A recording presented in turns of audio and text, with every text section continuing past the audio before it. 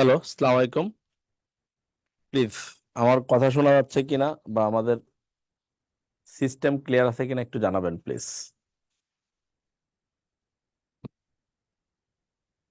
Hello, ওয়ালাইকুম আসসালাম। তা শোনা যাচ্ছে। আমার কথা শোনা যাচ্ছে? ওকে, থ্যাংক ইউ।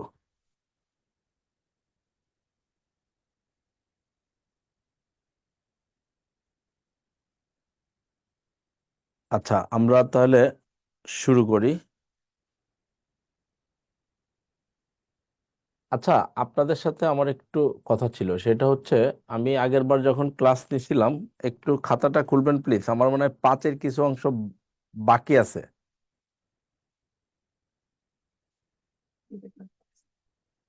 হ্যাঁ, হয়ে গেছে। আচ্ছা, তাহলে আপনারা একটু প্লিজ, আপনাদের প্রতি একটু রিকোয়েস্ট যে আমি তিনটার আহ, তিনটার ব্যাচে অবশ্য অনেকেই ছিলেন। তো তিনটার ব্যাচে পাঁচ নাম্বার লেকচারের কিছু অংশ বাকি ছিল, সেটা আমি ওইখানে পড়াই দিছি। আপনারা একটু কষ্ট করে প্লিজ এই আজকের 5 নাম্বার লেকচারটা একটু দেখে নিন। আমি আপনাদের 12 নাম্বার লেকচার করাই দিই আর কি। আর ওইখানে যদি না বুঝেন তাহলে আমাকে জিজ্ঞেস করেন, আমি সামনের ক্লাসে আপনাকে আবার বলে দিব। আজকে একটু দেখেন, আমি 12 নাম্বার লেকচার করাই, আর বাকিটা আপনি দেখেন, যদি না বুঝেন পরে আমি বলে দিব। স্যার, বলেন আপু।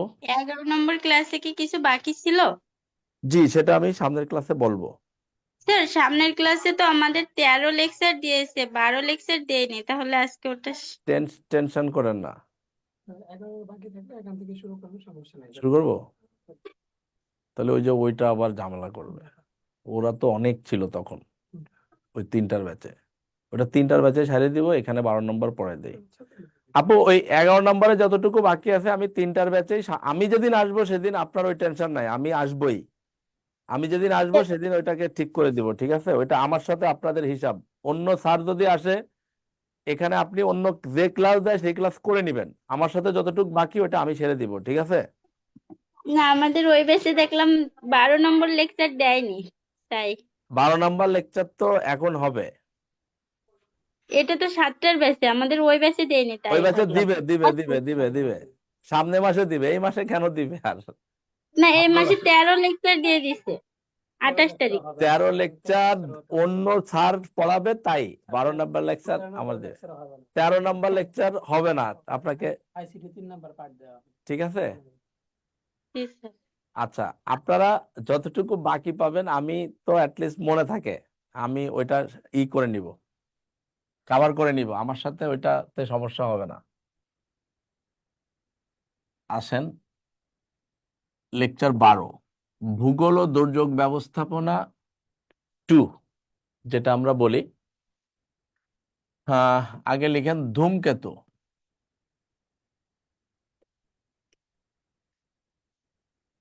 লেখেন পানি। পানি, অ্যামোনিয়া ও মিথেন গ্যাস। পানি, অ্যামোনিয়া ও মিথেন গ্যাস কোন কোন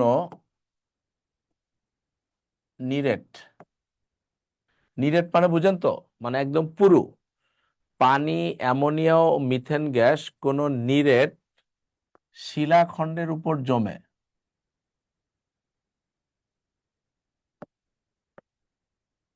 কোন নিরেট শিলাখণ্ডের উপর জমে তৈরি হয় ধূমকেতু। দেখেন, পানি, অ্যামোনিয়া ও মিথেন গ্যাস কোন নিরেট শিলাখণ্ডের উপর জমে তৈরি হয় ধূমকেতু। তো পাশে লিখবেন সবচেয়ে সবচেয়ে উজ্জ্বল সবচেয়ে উজ্জ্বল ধূমকেতু। সবচেয়ে উজ্জ্বল ধূমকেতু হেলবব। দেখেন, সবচেয়ে উজ্জ্বল ধূমকেতু হেলবব। লেখেন লেখেন হেলববকে হেলববকে আচ্ছা, আগে একটু এভাবে লিখি। লেখেন হেলবব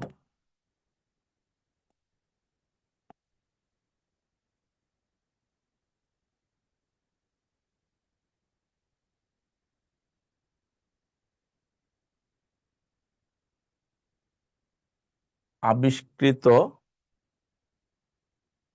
হয় 1995 সালে। লেখেন হেলবব আবিষ্কৃত হয় 1995। হ্যাঁ, তাহলে হেলবব দুইবার লেখা লাগবে। দুইবারই লেখার জন্য।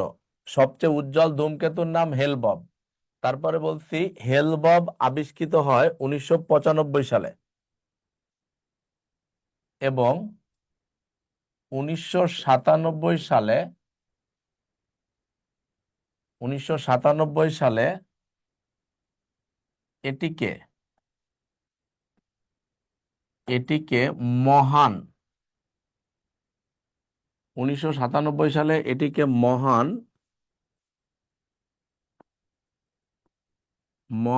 ধূমকেতুর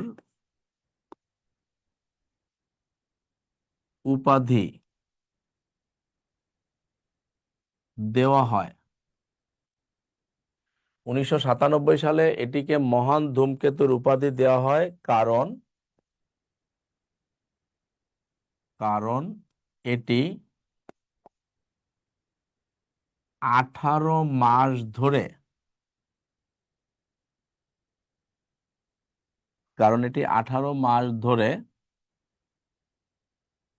খালি চোখে দেখা যায়।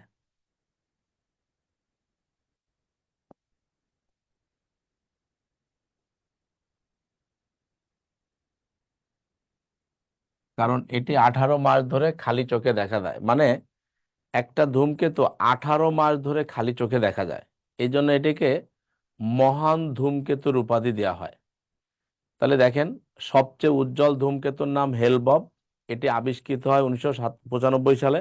1997 সালে এটিকে মহান ধূমকেতুর উপাধি দেওয়া হয় কারণ এটি 18 মাস ধরে খালি চোখে দেখা যায়। পরেরটা লেখেন,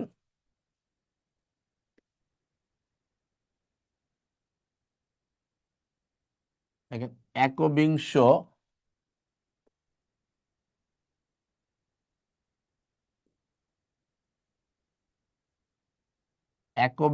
শতাব্দীর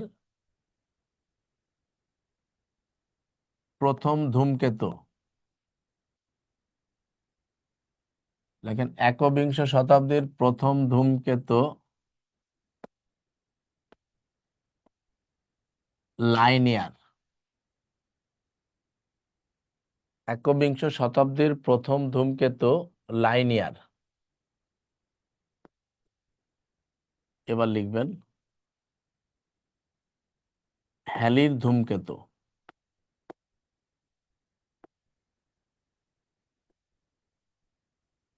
দেখেন হ্যালির ধূমকেতু সর্বপ্রথম দেখা যায় 1759। এটা হচ্ছে সর্বপ্রথম দেখা যায়। হ্যালির ধূমকেতু সর্বপ্রথম দেখা যায় 1759। এরপরে দেখা যায় 1835। এরপরে দেখা যায় 1910। সর্বশেষ দেখা যায় 1986। এটা হচ্ছে শেষ। পরবর্তী সম্ভাবনা 2062। এটা হচ্ছে সম্ভাবনা। তো এখান থেকে একটা কোশ্চেন আসে, হ্যালির ধূমকেতু সর্বপ্রথম কবে দেখা যায়? তাহলে 1759। সর্বশেষ কবে দেখা যায়?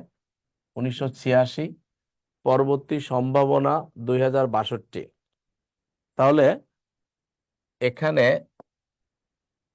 এখান থেকে এটা বাদ দিলে 76 ইয়ার, এখান থেকে এটা বাদ দিলে 75 ইয়ার, এটা থেকে এটা বাদ দিলে 76 ইয়ার, এটা থেকে এটাতে বাদ দিলে 76 ইয়ার।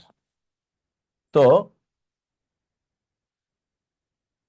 আমরা বলতেই পারি যে হ্যালির ধূমকেতু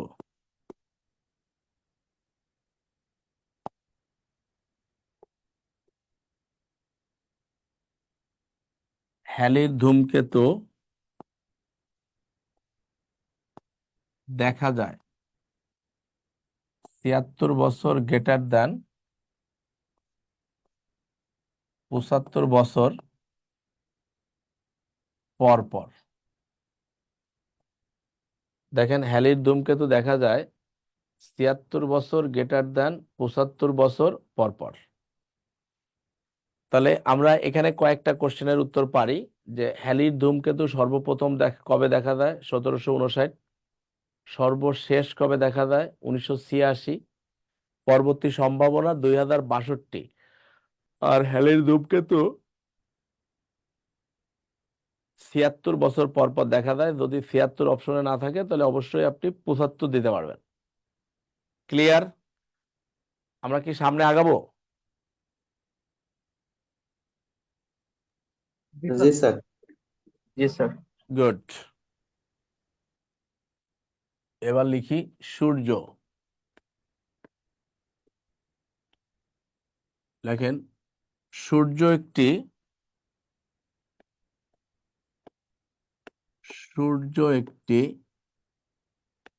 হলুদ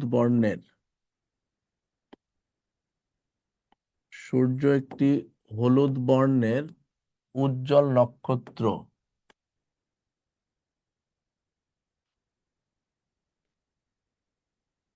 সূর্য একটি হলুদ বর্ণের উজ্জ্বল নক্ষত্র। তারপর লেখেন সূর্য 55% হাইড্রোজেন,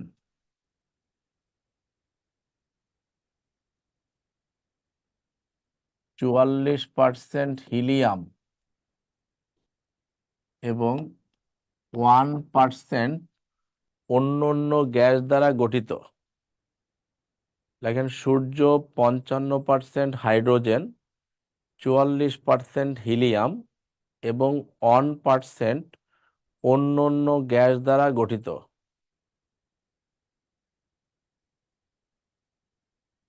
আচ্ছা, তাহলে বলেন তো সূর্য তৈরির প্রধান উপাদান কোনটি? Helium gas. Hydrogen. Hydrogen. Hydrogen. কেন হিলিয়াম হবে? হাইড্রোজেন হিলিয়াম 55% থাকতে কেন 44% উত্তর হবে? তাহলে সূর্য তৈরির প্রধান উপাদান হচ্ছে হাইড্রোজেন। এরপরে একটু লেখেন সূর্য নিজ অক্ষে 25 দিনে একবার আবর্তন করে। দেখেন সূর্য 25 দিনে নিজ অক্ষে একবার আবর্তন করে। সূর্য 25 দিনে নিজ অক্ষে একবার আবর্তন করে। সূর্য 25 দিনে নিজ অক্ষে একবার আবর্তন করে। এটুকু হয়েছে? জি স্যার। তারপর তারপর লাইন লেখেন সূর্য পৃথিবী থেকে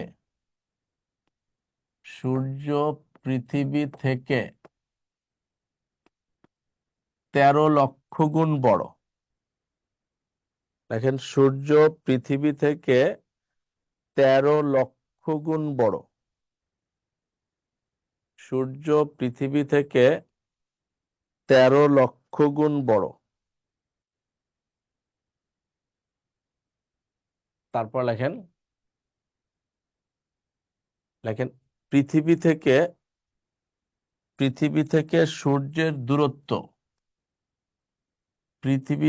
সূর্যের দূরত্ব প্রায় পৃথিবী থেকে সূর্যের দূরত্ব প্রায় 15 কোটি কিলোমিটার। পৃথিবী থেকে সূর্যের দূরত্ব প্রায় 15 কোটি কিলোমিটার। পৃথিবী থেকে সূর্যের দূরত্ব প্রায় 15 কোটি কিলোমিটার। এরপর লেখেন যে সূর্য থেকে পৃথিবীতে আলো আসতে সময় লাগে। এভাবে লিখবেন, সময়। লেখেন সূর্য থেকে পৃথিবীতে আলো আসতে সময় লাগে, সময় ইকুয়াল টু দূরত্ব ভাগ বেগ। দেখেন দূরত্ব মানে কি, পৃথিবী থেকে সূর্যের দূরত্ব 15 কোটি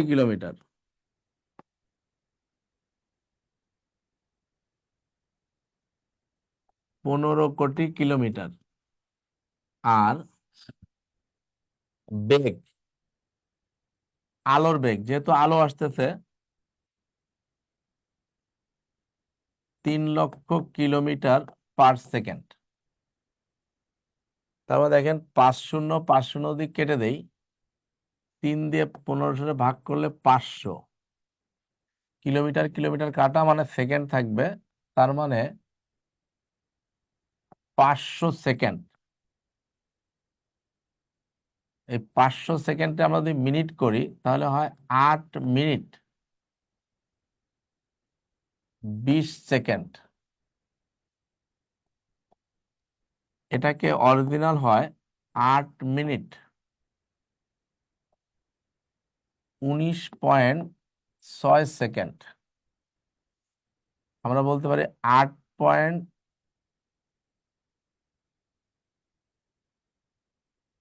32 8.32 লেখা থাকে। 8.33 মিনিট, কেউ বলে 8.32 মিনিট। এর যে কোনোটা থাকতে পারে, তবে আমার মনে হয় এখন এইটা আসার বেশি সম্ভাবনা, 500 সেকেন্ড। আর যদি সবচেয়ে বেশি আসছে এটা 8 মিনিট 20 সেকেন্ড। তো দেখেন সূর্য থেকে পৃথিবীতে আলো আসতে সময় লাগে 500 সেকেন্ড বা 8 মিনিট 20 সেকেন্ড বা 8 মিনিট 19.6 সেকেন্ড বা 8.33 মিনিট বা 8.32 মিনিট। কেউ কি বলতে পারবো যদি সূর্য কোনোদিন মারা যায় তাহলে কত সময় পরে আমরা বুঝতে পারবো যে সূর্য আর নেই?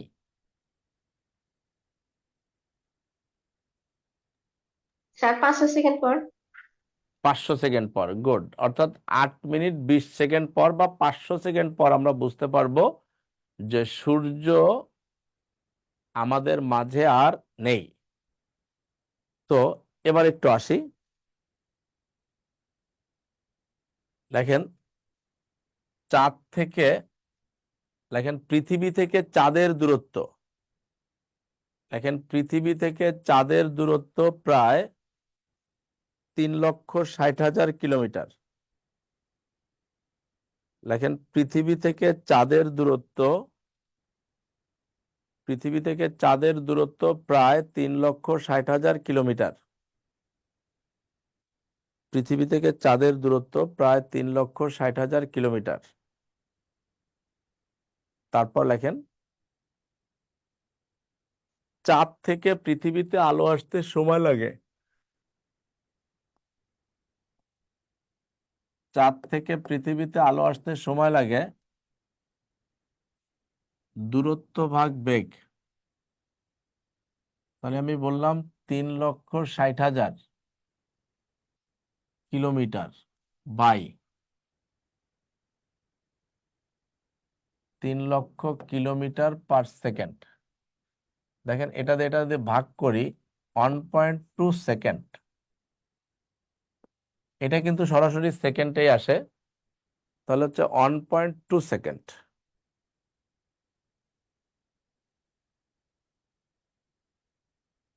এবার একটু লিখি,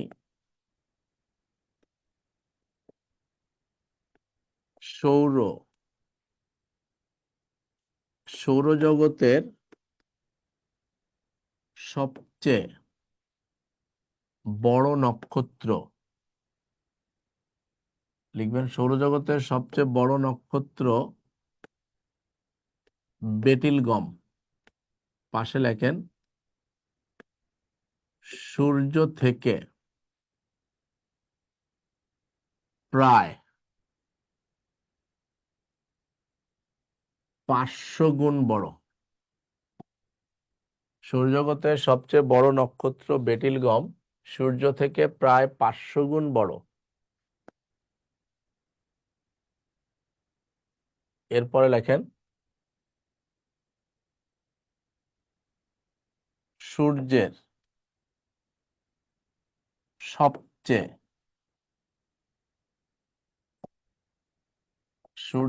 সবচেয়ে নিকটতম নক্ষত্র। এটা আপনারা উত্তর করবেন। বলেন তো সূর্যের সবচেয়ে নিকটতম নক্ষত্রের নাম কি?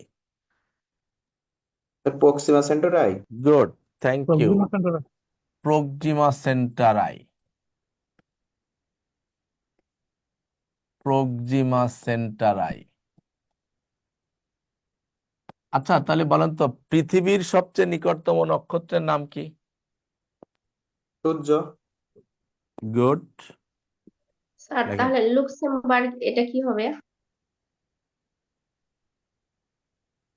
লুক্সেমবার্গ এটা একটা দেশের নাম। লুপধক বলেন, লুপধক। লুক্সেমবার্গ যদি বলেন এটা একটা দেশের নাম। আচ্ছা, দেখেন পৃথিবীর নিকটতম নক্ষত্র এভাবে লিখবেন। দেখেন পৃথিবীর নিকটতম, যদি বলে সূর্যের নিকটতম নক্ষত্র তাহলে প্রক্সিমা সেন্টারাই। যদি পৃথিবীর নিকটতম নক্ষত্র বলে তাহলে উত্তরটা হবে এভাবে, সূর্য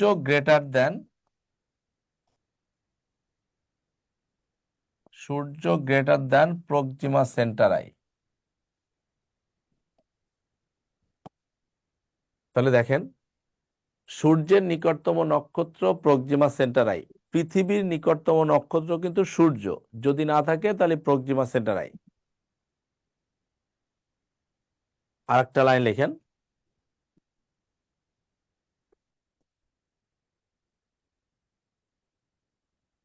সবচেয়ে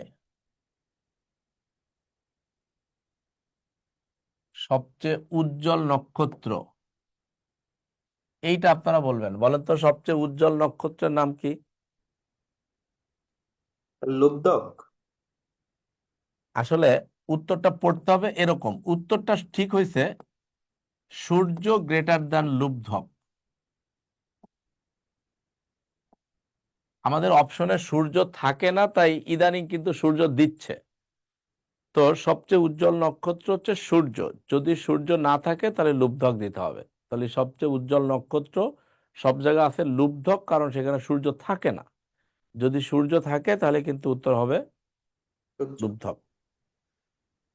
এবার একটু লিখেন, লেখেন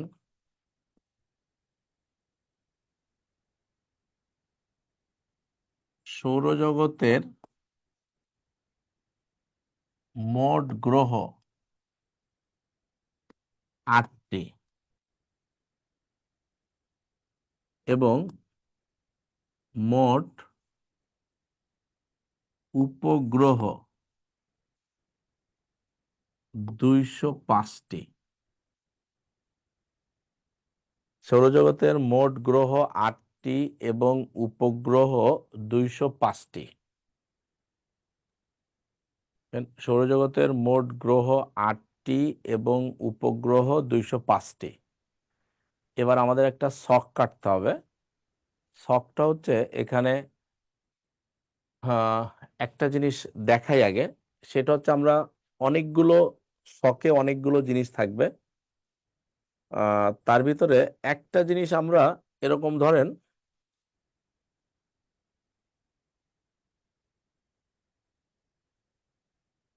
এই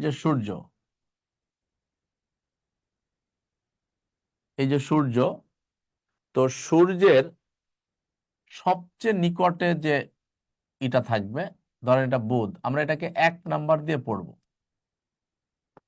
তাহলে 1 নাম্বার থাকলেই আমরা দেখতে পারবো, যদি এভাবে কোশ্চেন আসে সূর্যের সবচেয়ে নিকটতম গ্রহের নাম কি, তাহলে সূর্যের সবচেয়ে নিকটতম গ্রহ হচ্ছে বুধ, তাহলে বুধ হচ্ছে সূর্যের সবচেয়ে নিকটতম গ্রহ। এরপরে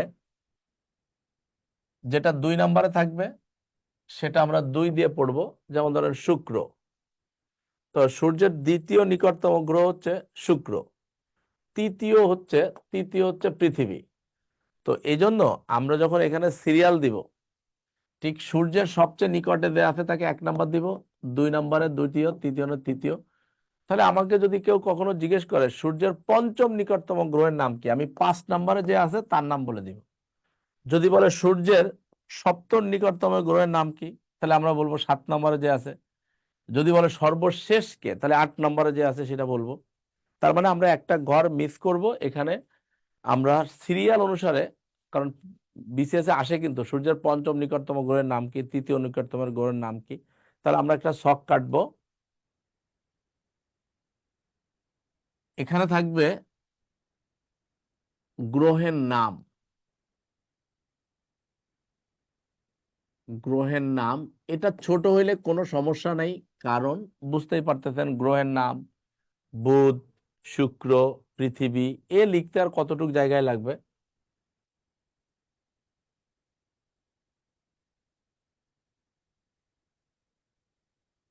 এর পরেরটাতে থাকবে ইংলিশ নেম,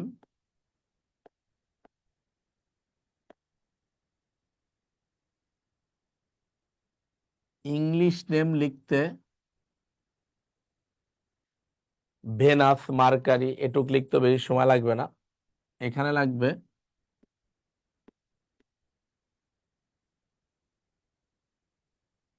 উপগ্রহের সংখ্যা ও নাম, এটা একটু বড় লাগবে কারণ বুঝতেই পারতেছেন। এখানে থাকবে সূর্যকে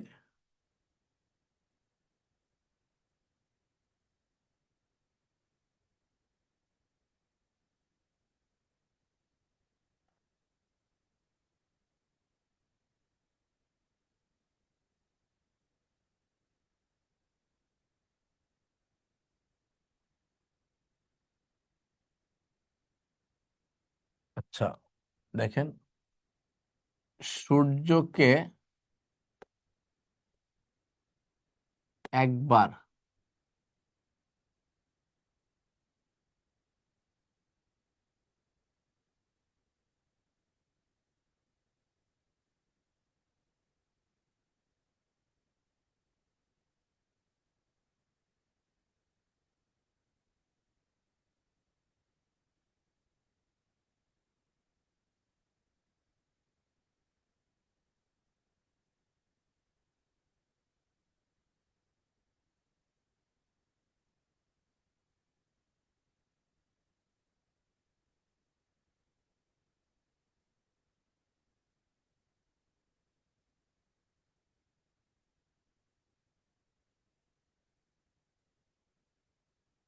ও সরি একটু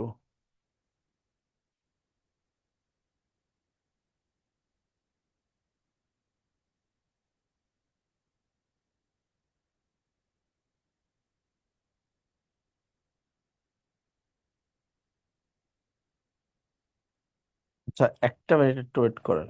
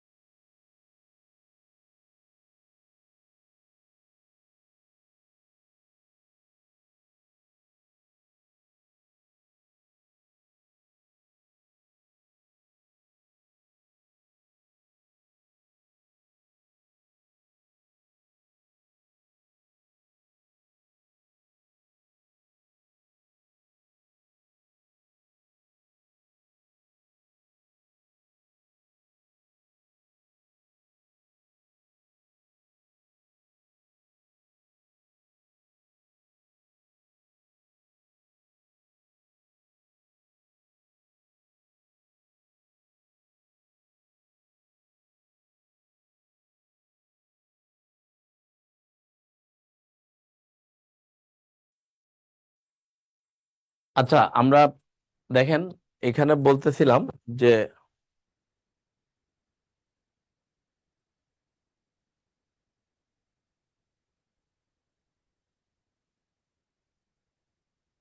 সূর্যকে একবার ঘুরে আসতে সময় লাগে। সূর্যকে, আচ্ছা আমরা এখানে একবারে এত না লিখে একবারে দিয়ে দিচ্ছি বছর, একটু বুঝেন। আমরা সূর্যকে একবার ঘুরে আসতে সময় লাগে, আমরা একবার ঘুরে আসতে সময় লাগে যতটুকু, সেটাকে আমরা বলতেছি বছর। আপনারাও জানেন যে সূর্যকে একবার ঘুরে আসতে যে সময় লাগে তাকে আমরা বলি বছর। আর এখানে লেখার জায়গা সুপ্রম, ওইখানে লিখতে পারেন সূর্যকে একবার ঘুরে আসতে সময় লাগে। আর এখানে হচ্ছে বৈশিষ্ট্য, এটা একটু বড় দিতে হবে। এই বৈশিষ্ট্যতে অনেক কিছু থাকবে। বৈশিষ্ট্য, তো বৈশিষ্ট্যটা অবশ্যই বড় দিবেন। তাহলে গ্রহের নাম, ইংলিশ নাম, উপগ্রহের নাম, উপগ্রহের সংখ্যা ও নাম, বছর মানে এক বছর কতদিনে ঘুরে আসতে সময় লাগে, আর হচ্ছে বৈশিষ্ট্য। তো নাম্বার 1 আমরা কি শুরু করব, লেখা শুরু করব? আপনাদের ঘর কাটা হয়েছে? করেন স্যার, হয়েছে। জি স্যার। আচ্ছা, তাহলে আমরা নাম্বার 1, 1 নাম্বার হচ্ছে বুধ। দেখেন বুধের ইংলিশ নাম মার্কিউরি। উপগ্রহ নেই, যেহেতু উপগ্রহ নেই, নামও নেই। সূর্যকে একবার ঘুরে আসতে সময় লাগে 88 দিন। তো এখানে বৈশিষ্ট্য, বৈশিষ্ট্য একটু আপনারা লেখেন, আমি বলি। বৈশিষ্ট্য লেখেন যে সূর্যের সূর্যের সবচেয়ে নিকটতম ও, দেখেন সূর্যের সবচেয়ে নিকটতম ও সৌরজগতের সবচেয়ে দ্রুততম গ্রহ। দেখেন সূর্যের সবচেয়ে নিকটতম ও সৌরজগতের সূর্যের সবচেয়ে নিকটতম ও সৌরজগতের সূর্যের সবচেয়ে নিকটতম ও সৌরজগতের সবচেয়ে দ্রুততম গ্রহ। সূর্যের সবচেয়ে নিকটতম ও সৌরজগতের সবচেয়ে দ্রুততম গ্রহ।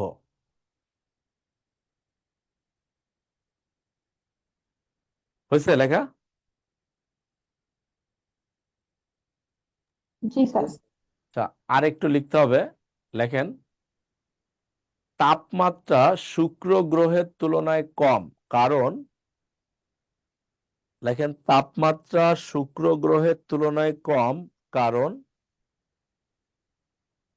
লেখেন তাপমাত্রা শুক্র গ্রহের তুলনায় কম,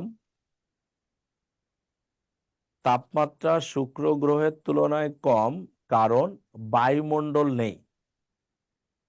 তাপমাত্রা শুক্র গ্রহের তুলনায় কম কারণ বায়ুমণ্ডল নেই। তাপমাত্রা শুক্র গ্রহের তুলনায় কম কারণ বায়ুমণ্ডল নেই। এবার নাম্বার 2, বুধ শুক্র। শুক্রের ইংলিশ নাম হচ্ছে ভেনাস। এরও উপগ্রহ নেই। তো সূর্যকে একবার ঘুরে আসতে সময় লাগে 225 দিন। বৈশিষ্ট্য লেখেন, হ্যাঁ শুক্রের ইংলিশ নাম ভেনাস, একবার ঘুরে আসতে সময় লাগে 225 দিন, আর এটার উপগ্রহ নাই। বৈশিষ্ট্য লেখেন, লেখেন তাপমাত্রা সবচেয়ে বেশি। লেখেন তাপমাত্রা সবচেয়ে বেশি কারণ বায়ুমণ্ডল রয়েছে। লেখেন তাপমাত্রা সবচেয়ে বেশি, তাপমাত্রা সবচেয়ে বেশি কারণ বায়ুমণ্ডল রয়েছে। তাপমাত্রা সবচেয়ে বেশি কারণ বায়ুমণ্ডল রয়েছে। আরেকটা লাইন লেখেন, লেখেন একে পৃথিবীর যমজ গ্রহ বলা হয়। অর্থাৎ শুক্র গ্রহ দেখতে একদম পৃথিবীর মতো আকার আকৃতি সব, এই জন্য একে পৃথিবীর যমজ গ্রহ বলা হয়। লেখেন একে পৃথিবীর যমজ গ্রহ বলা হয়। আরেকটা লাইন লিখেন। স্যার প্রথম থেকে আরেকটু বলবেন? বলছি তাপমাত্রা সবচেয়ে বেশি কারণ বায়ুমণ্ডল রয়েছে। তাপমাত্রা সবচেয়ে বেশি কারণ বায়ুমণ্ডল রয়েছে। তারপর লিখছি একে পৃথিবীর যমজ গ্রহ বলা হয়। এভাবে কোশ্চেন আসে, পৃথিবীর যমজ গ্রহ কোনটা? শুক্র। এরপর লেখেন যে এটি পৃথিবীর সবচেয়ে নিকটতম গ্রহ। এটি পৃথিবীর সবচেয়ে নিকটতম গ্রহ। এটি পৃথিবীর সবচেয়ে নিকটতম গ্রহ। দেখেন, যদি বলে সূর্যের নিকটতম তাহলে বুধ, আর পৃথিবীর নিকটতম হলে শুক্র। এটি পৃথিবীর সবচেয়ে নিকটতম গ্রহ। এটি পৃথিবীর সবচেয়ে নিকটতম গ্রহ। আরেকটা কথা দেখেন, এই শুক্র গ্রহের 3টা নাম আছে। যদি কেউ সকালে দেখে তাহলে তাকে বলে শুকতারা, যদি সন্ধ্যায় দেখে তাহলে বলে সন্ধ্যা তারা, রাতে দেখলে বলে ধ্রুব তারা। তাহলে একটু যারা পারেন তারা এটা লেখার দরকার নাই, আর যারা না পারেন তারা একটু লিখে রাখেন। সকাল সমান এভাবে লিখে রাখবেন, সকাল সমান শুকতারা। সকাল ইকুয়াল টু শুকতারা। তারপর লেখেন সন্ধ্যা ইকুয়াল টু সন্ধ্যা তারা, রাত ইকুয়াল টু ধ্রুব তারা। সকাল ইকুয়াল টু শুকতারা, সন্ধ্যা ইকুয়াল টু সন্ধ্যা তারা, রাত ইকুয়াল টু ধ্রুব তারা। এই হচ্ছে শুক্র গ্রহের 3টা নাম। সকাল ইকুয়াল টু শুকতারা, সন্ধ্যা ইকুয়াল টু সন্ধ্যা তারা, রাত ইকুয়াল টু ধ্রুব তারা। এই হচ্ছে শুক্র গ্রহের 3টা নাম। এরপর আসি 3 নাম্বার, পৃথিবী। পৃথিবীর ইংলিশ নাম আর্থ। এখানে উপগ্রহ আছে একটি, যেমন চাঁদ। সূর্যকে একবার ঘুরে আসতে সময় লাগে 365 দিন, 5 ঘন্টা 48 মিনিট 47 সেকেন্ড। 47 সেকেন্ড। তাহলে পৃথিবীর ইংলিশ নাম হচ্ছে আর্থ, উপগ্রহ একটি, সূর্যকে একবার ঘুরে আসতে সময় লাগে 365 দিন, 5 ঘন্টা 48 মিনিট 47 সেকেন্ড। বৈশিষ্ট্য লেখেন, একে নীল গ্রহ বলা হয়। একে নীল গ্রহ বলা হয় কারণ পৃথিবী থেকে অনেক কিছু নীল, সাগরের পানি নীল, আকাশ নীল, অনেক কিছু, বেশিরভাগই নীল দেখা যায়, এই জন্য পৃথিবীকে নীল গ্রহ বলা হয়। 4 নাম্বার লেখেন মঙ্গল। মঙ্গলের ইংলিশ নাম মার্স। উপগ্রহ 2টি, যেমন ডিমোস আর ফেবস। ডিমোস আর ফেবস সূর্যকে একবার ঘুরে আসতে সময় লাগে মাত্র 687 দিন। 687 দিন। আর ইসে লেখেন লাল গ্রহ বলা হয়।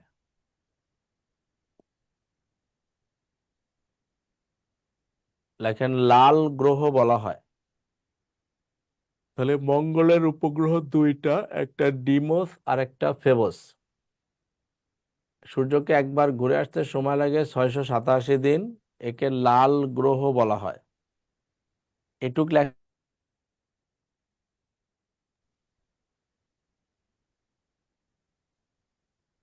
লেখা হয়েছে?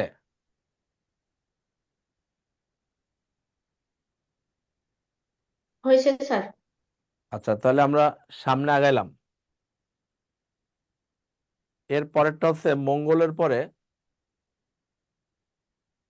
আমরা আর ছক কাটতেছি না, পরপর লিখে যাচ্ছি। বৃহস্পতি। আর বৃহস্পতির ইংলিশ নাম জুপিটার। উপগ্রহ ৭৯টি, যেমন লো, ইউরোপা, লো ইউরোপা, গ্যানিমেড,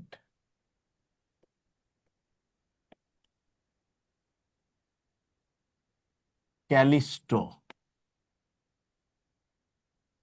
সূর্যকে একবার ঘুরে আসতে সময় লাগে মাত্র 12 বছর। বৈশিষ্ট্য লেখেন। সৌরজগতের সর্ববৃহৎ গ্রহ। বৈশিষ্ট্য লেখেন, সৌরজগতের সর্ববৃহৎ গ্রহ। সৌরজগতের সর্ববৃহৎ গ্রহ। সৌরজগতের সর্ববৃহৎ গ্রহ। এরপরে আসি, ও এটা হচ্ছে 5 নাম্বারটা, সরি, 5 নাম্বার হচ্ছে বৃহস্পতি, 6 নাম্বার হচ্ছে শনি। শনির ইংলিশ নাম স্যাটার্ন। এর উপগ্রহ 82টি, যেমন ক্যাপিটাস, ক্যাপিটাস, টেথিস, হুয়া, টাইটান। যেমন ক্যাপিটাস, টেথিস, হুয়া, টাইটান। সূর্যকে একবার ঘুরে আসতে সময় লাগে মাত্র 29 বছর 5 মাস। বৈশিষ্ট্য লিখবেন, হাজার হাজার বলয় আছে। দেখবেন একটা শনি গ্রহ যখন আঁকবেন, এরকম একটা শনি গ্রহ, তখন দেখবেন এর উপরে এরকম বলয় দেওয়া আছে, অর্থাৎ হাজারো গ্যাসীয় বলয় আছে। এজন্য পরীক্ষা আসে হাজার বলয় আছে কোন গ্রহের, তাহলে হাজার বলয় আছে, হাজার বলয় আছে। এরপরে আরেকটা লাইন লিখবেন, এটিকে লেখেন, এটিকে গ্রহরাজ, এটিকে গ্রহরাজ বলা হয়, এটিকে গ্রহরাজ বলা হয়। এখন দেখেন কাহিনী হচ্ছে, গ্রহরাজ কেন বলা হয়, আপনারা অবশ্য এটা বইতে কিন্তু ভুল আছে। এর কারণ হচ্ছে যার উপগ্রহের সংখ্যা বেশি তাকে গ্রহরাজ বলা হয়। এখন আগে বৃহস্পতির উপগ্রহ সবচেয়ে বেশি ছিল, এই জন্য বৃহস্পতিকে বলা হতো গ্রহরাজ। যেহেতু এখন এটা টপকায় শনি চলে আসছে, উপগ্রহের সংখ্যা বেশি, এই জন্য শনিকে এখন গ্রহরাজ বলা হবে। এটা কিন্তু বইতে ভুল আছে, যেন আবার ই করে না।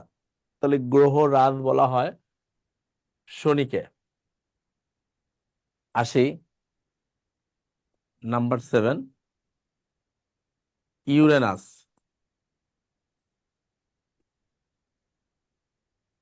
ইউরেনাস, ইউরেনাসের ইংলিশ ইউরেনাস, দেখেন উপগ্রহ 27টি, যেমন মিরিন্ডা,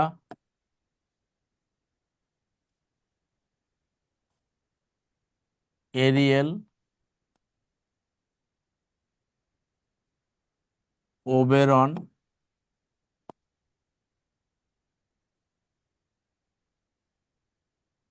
টাইটানিয়া। যেমন দেখেন মিরিন্ডা, এরিয়েল, ওবেরন, টাইটানিয়া। এখন টাইটানিয়া আর টাইটান, দেখেন টাইটান যদি থাকে তাহলে শনির, টাইটানিয়া যদি থাকে তাহলে ইউরেনাসের। সূর্যকে একবার ঘুরে আসতে সময় লাগে মাত্র 84 বছর।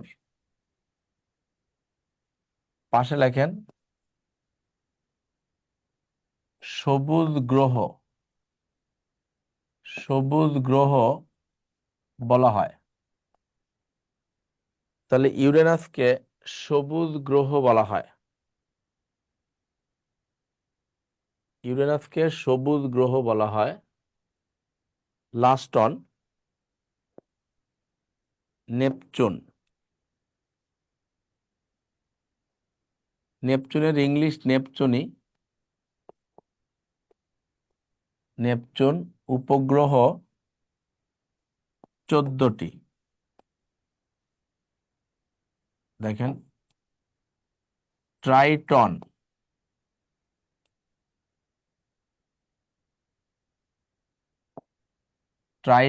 নেরাইড। তাহলে নেপচুনের ইংলিশ নাম নেপচুন, এখানে কি হচ্ছে 14টি ট্রাইটন আর নেরাইড।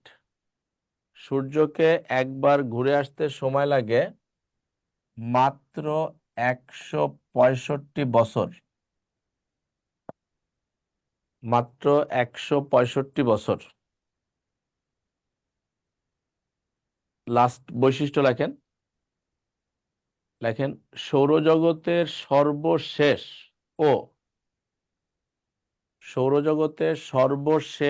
ও সবচেয়ে শীতলতম গ্রহ। সৌরজগতের সর্বশেষ ও সবচেয়ে শীতলতম গ্রহ।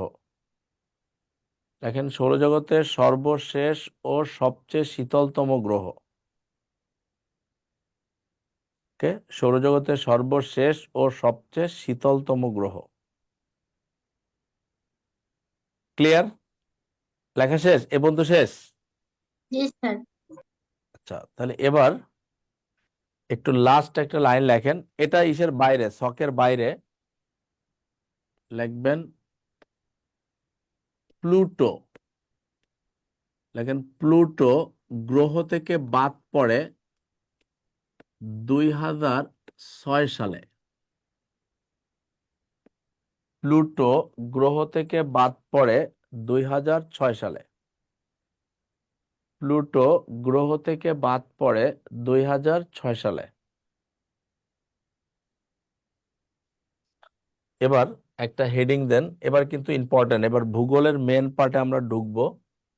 স্যার ভলকান ছিল না গ্রহ?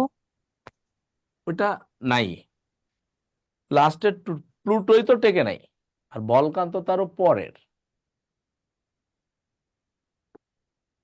লেখেন বার ও সময় নির্ণয়। এখন দেখেন আমার এখানে রিকোয়েস্ট হচ্ছে, এটা অনেক ইম্পর্টেন্ট বিষয়, বার ও সময় নির্ণয়। এখানে হচ্ছে আমি যদি একটা দাগ দেই আপনারা একটা দাগ দিবেন।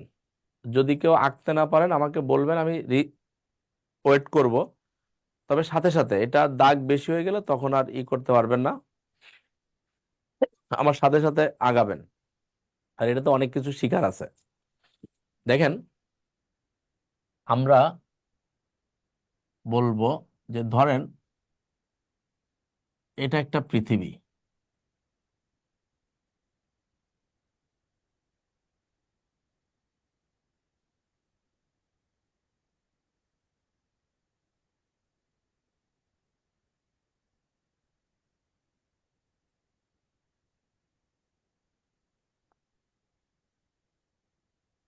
ধরেন একটা পৃথিবী, আমরা এখানে বলবো যে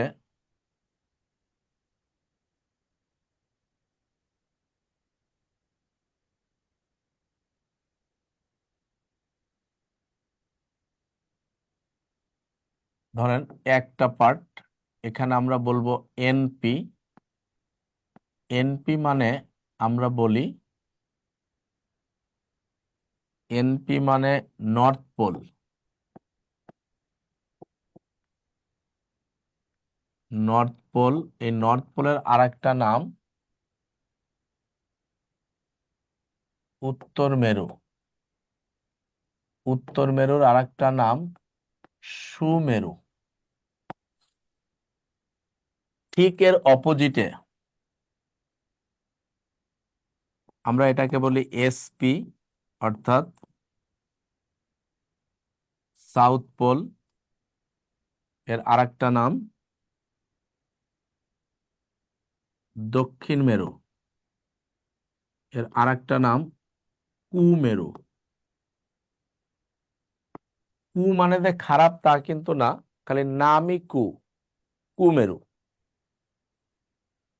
তো এবার এই নর্থ থেকে সাউথে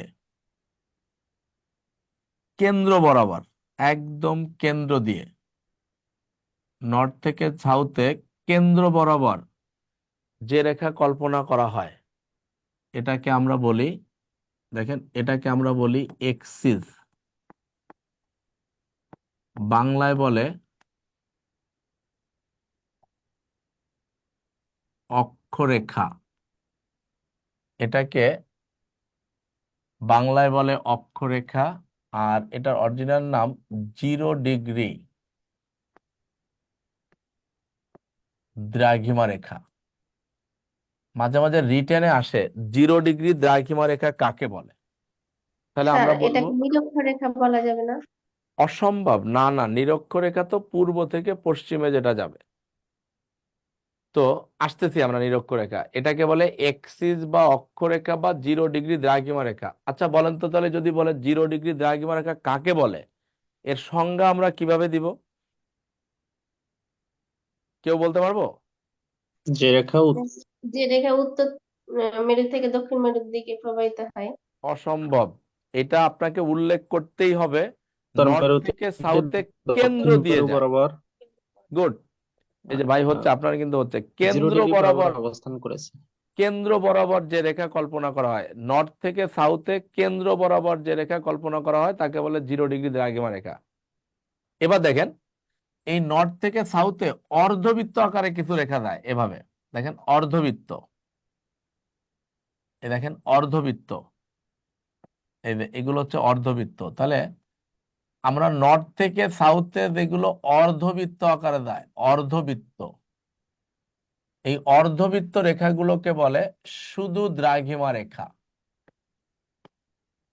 দ্রাঘিমা রেখা। আচ্ছা এবার বলেন তো, দ্রাঘিমা রেখার 0° দ্রাঘিমা রেখার মধ্যে পার্থক্য আছে না নেই? এবার আপনাকে প্রিলিতে কোশ্চেন করে নর্থ থেকে সাউথে অর্ধবৃত্ত আকারে যায়, আপনাকে প্রথম অপশনে দিবে 0° দ্রাঘিমা রেখা, কিন্তু আসলে উত্তর কোনটা হবে? শুধু দ্রাঘিমা রেখা। শুধু দ্রাঘিমা রেখা। এবার যদি বলে নর্থ থেকে সাউথে অর্ধবৃত্ত আকারে যায়, যদি বলে কেন্দ্র দিয়ে যায়, আপনাকে প্রথম অপশনে দিবে দ্রাঘিমা রেখা, আসলে উত্তর হবে কি? 0° দ্রাঘিমা রেখা। তাহলে 0° দ্রাঘিমা রেখা আর দ্রাঘিমা রেখা এর মধ্যে পার্থক্য আছে, বুঝছেন ব্যাপারটা? আসলে আমরা বই পড়তে দেয় এই দুইটাকেই সবাই দ্রাঘিমা রেখা বলে, কিন্তু কোনটা 0° দ্রাঘিমা রেখা আর কোনটা দ্রাঘিমা রেখা এটা অনেকেই বুঝে না। আর বিসিএস এ কিন্তু রিটেনে হুবহু একদম এভাবে আসে 0° দ্রাঘিমা রেখা কাকে বলে বা দ্রাঘিমা রেখা কাকে বলে। এবার দেখেন আমাদের যেটা ডানে থাকে এটাকে আমরা বলি পূর্ব, আর যেটা বামে থাকে সেটাকে বলি পশ্চিম। তো পূর্ব থেকে পশ্চিমে যদি কেন্দ্র দিয়ে দেয়, দেখেন এই যে পূর্ব থেকে পশ্চিমে, পূর্ব থেকে পশ্চিমে যদি কেন্দ্র দিয়ে দেয়, খেয়াল করেন পূর্ব থেকে পশ্চিমে যদি কেন্দ্র দিয়ে দেয় তাহলে এই রেখাকে আমরা বলি এই যে এই রেখাকে আমরা বলি নিরক্ষরেখা। নিরক্ষরেখা বা কেউ বলে বিষুব রেখা।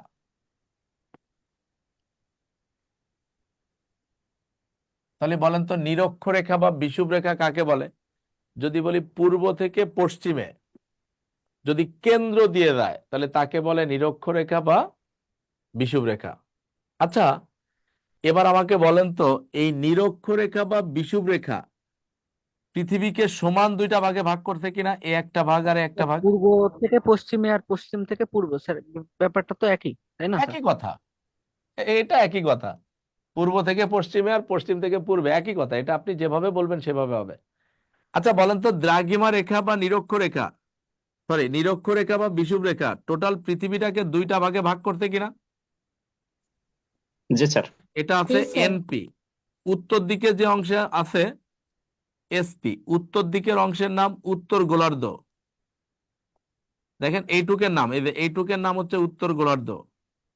তাহলে আমরা বলতে পারি এই যে এইটুক, এখানে এইটুক হচ্ছে উত্তর গোলার্ধ, আর এটা হচ্ছে দক্ষিণ গোলার্ধ।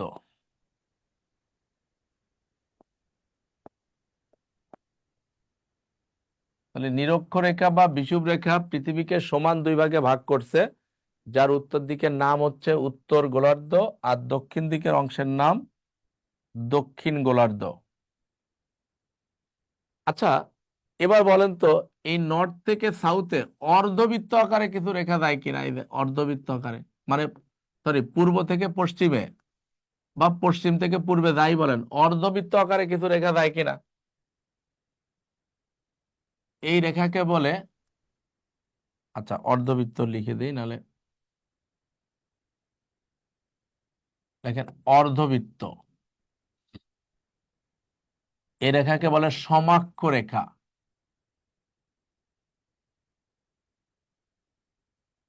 আচ্ছা বলেন তাহলে সমাক্ষ রেখা নিরক্ষরেখার মধ্যে পার্থক্য আছে না নেই? আছে স্যার, একটা কেন্দ্র দিয়ে যায় একটা আর একটা অর্ধবৃত্ত আকারে দেয়। আচ্ছা এইটুক ধরতে পারছেন? আমি যতটুক চিত্র আঁকছি বা বুঝাইছি এইটুকুই কারো কোনো সমস্যা আছে নাকি প্লিজ জিজ্ঞেস করেন, আমরা তাহলে আমি সামনের দিকে আগাবো আরো। এইটুকু কোনো সমস্যা আছে? জি না স্যার। আচ্ছা, এবার আমরা দেখেন এই নিরক্ষরেখা বা বিষুব রেখা থেকে আমি এই পাশে আঁকতাম, কিন্তু এই পাশে আসলে লেখার জায়গা, এই নিরক্ষরেখা থেকে বা বিষুব রেখা থেকে যদি 23.5 ডিগ্রি, দেখেন এই অঞ্চলটা, এই যে এটার মান হচ্ছে 23.5 ডিগ্রি, যদি উত্তর দিকে যায় তাহলে এই অংশের নাম কর্কটক্রান্তি অঞ্চল। কর্কটক্রান্তি অঞ্চল। তাহলে বলেন তো বিষুব রেখা বা নিরক্ষরেখা থেকে 23.5 ডিগ্রি উত্তর দিকে গেলে ওই অঞ্চলের নাম কি? কর্কট কর্কট। ক্রান্তি রেখা। কর্কটক্রান্তি অঞ্চল। এই যে এটুক, কিন্তু এই যে এটুক, এই যে এই জায়গাটুকু, এটুককে বলে কর্কটক্রান্তি অঞ্চল। 41তম বিসিএস এর কোশ্চেন, নিরক্ষরেখা বা বিষুব রেখা থেকে 23.5 ডিগ্রি উত্তর দিকে গেলে ওই অঞ্চলের নাম কি? বলেন তো ওই অঞ্চলের নাম কি তাহলে? কর্কট ক্রান্তি বলেন তো, অঞ্চল। কর্কটক্রান্তি। বলেন তো কর্কটক্রান্তি অঞ্চল কোন গোলার্ধে অবস্থিত? উত্তর গোলার্ধে। উত্তর গোলার্ধে অবস্থিত। এবার নিরক্ষরেখা বা বিষুব রেখা থেকে 23.5 ডিগ্রি যদি দক্ষিণ দিকে যায়, মকর ক্রান্তি। মকরক্রান্তি। 23.5 ডিগ্রি যদি দক্ষিণ দিকে যায় তার নাম মকর ক্রান্তি অঞ্চল। তাহলে বলেন তো মকর ক্রান্তি অঞ্চলের মান কত? 23.5 ডিগ্রি। কোন গোলার্ধে অবস্থিত? দক্ষিণ দক্ষিণ গোলার্ধ। দক্ষিণ গোলার্ধে অবস্থিত। তাহলে এবার যদি কোশ্চেন করে নিরক্ষরেখা বা বিষুব রেখা থেকে 23.5 ডিগ্রি উত্তর দিকে গেলে ওই অঞ্চলের নাম মকর ক্রান্তি অঞ্চল। এবার দেখেন এই নিরক্ষরেখা বা বিষুব রেখা থেকে যদি 66.5 ডিগ্রি, এই যে টোটালটা এটুক 66.5, 66.5 ডিগ্রি উত্তর দিকে গেলে এর নাম সুমেরু, এর নাম সুমেরু বৃত্ত। আর যদি নিরক্ষরেখা বা বিষুবরেখা থেকে 66.5 ডিগ্রি দক্ষিণ দিকে যায়, এবে 66.5 ডিগ্রি দক্ষিণ দিকে যায়, এর নাম কুমেরু বৃত্ত। তাহলে বলেন তো সুমেরু বৃত্তের মান কত? 66.5 ডিগ্রি কোন গোলার্ধে অবস্থিত? উত্তর গোলার্ধে। আর কুমেরু বৃত্তের মান কত? 66.5 5 ডিগ্রি কোন গোলার্ধে অবস্থিত? দক্ষিণ গোলার্ধ। দক্ষিণ গোলার্ধে। আচ্ছা, এইটুকে বুঝতে কারো কোনো সমস্যা আছে? প্লিজ, এইটুকে যদি কারো কোনো সমস্যা থাকে তাহলে আমাকে বলতে পারেন।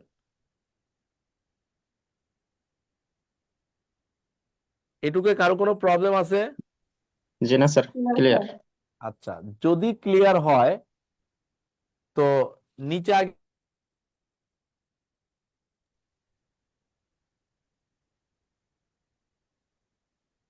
নিচে একটা লাইন লেখেন, পরে আমি বুঝা দিচ্ছি।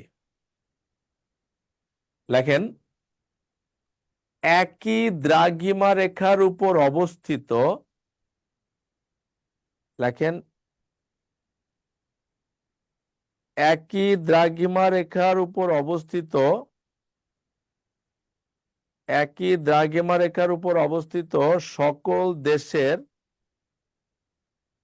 12 সময় একই। লেখেন একই দ্রাঘিমা রেখার উপর অবস্থিত,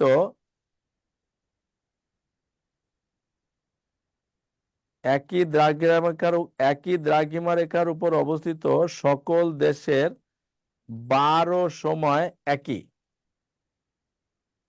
কারণ, আমি বুঝাই দিব, আগে লেখেন, কারণ দেশগুলোর মধ্যে কোনো দ্রাঘিমা ব্যবধান নেই।